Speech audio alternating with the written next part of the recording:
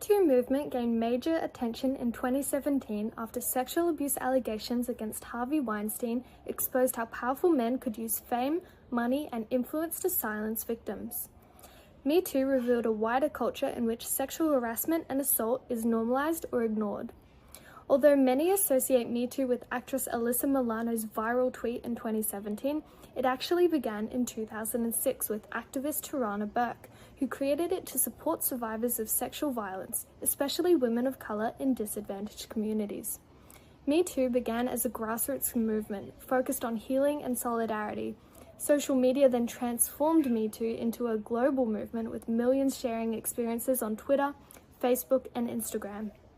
Online discourse with hashtags like Balance ton porc in France and Yo tambien in Spanish-speaking countries showed sexual violence was a global issue, not just a Hollywood problem. Me Too is particularly interesting because it shows how global agency works in the modern era, having originated online. Scholars describe this as digital feminism, where women bypass traditional media and speak directly to each other. However, critics argue the movement often focused on wealthy white celebrities, whilst working-class, Indigenous women and women of color were overlooked.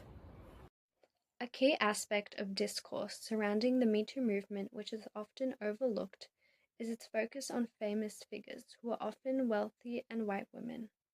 As shown through the previous artifacts that have been mentioned, cases such as Harvey Weinstein are at the forefront of discourse regarding the Me Too movement, which in some ways can limit the movement, or at least people's perception of it, as it becomes one based on scandals and not systemic issues, as well as a white feminist movement which does not consider women of color.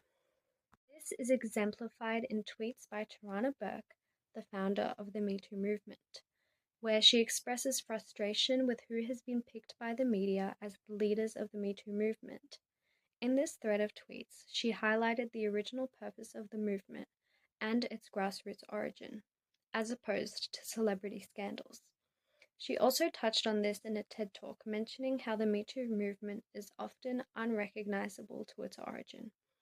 This is a clear example and challenge of collective action, as certain groups are marginalized or privileged within particular activist spaces and discourses, which is why intersectionality is so crucial. Nevertheless, the Me Too movement has still raised awareness about sexual harassment, despite arguably being co-opted by and for white women. Data points to a greater understanding of sexual assault, as after the rise of the Me Too movement, survivors became increasingly likely to label unwanted sexual experiences as sexual assault. Therefore, while mainstream discourse often excludes the origins of the Me Too movement to focus on high-profile cases, there is still being progress made at its original grassroots level, as backed up by academic research.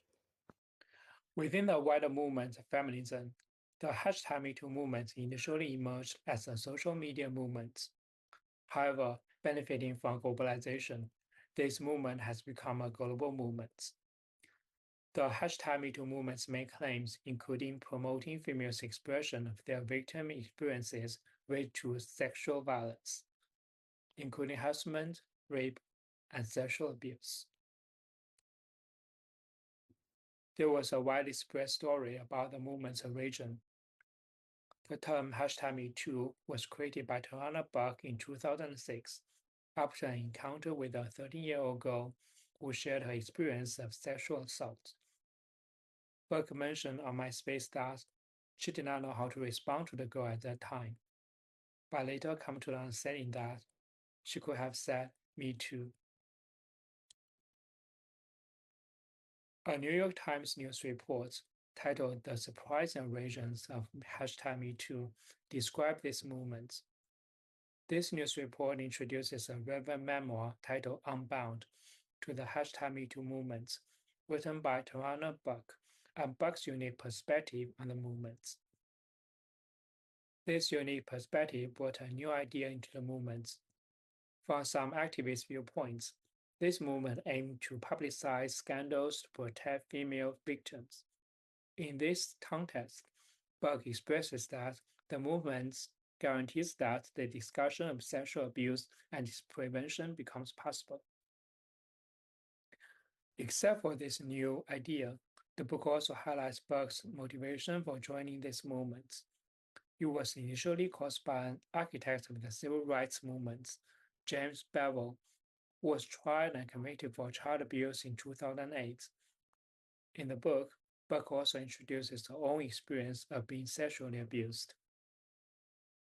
So in this section, I analyzed what are the demands of Me Too movement, how they represent themselves, and how it is contested by the opposing groups. I found community. What Me Too did when it went viral is allowed survivors to find each other, and finding each other allowed us to dissolve the shame. And by dissolving the shame, we were allowed to talk about it more and be more vocal. That's so much different than it was 20 years ago. And so now the perception of survivors has changed completely than it was before. We are allowed to be out from the shadows, and that is just different than it was when I was growing up and even when I started this work.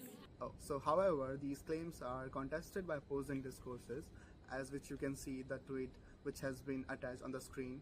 And so this post argues basically the Me Too has created the fear among the man and disrupted the interaction, reaffirming man as a victim instead of culprit.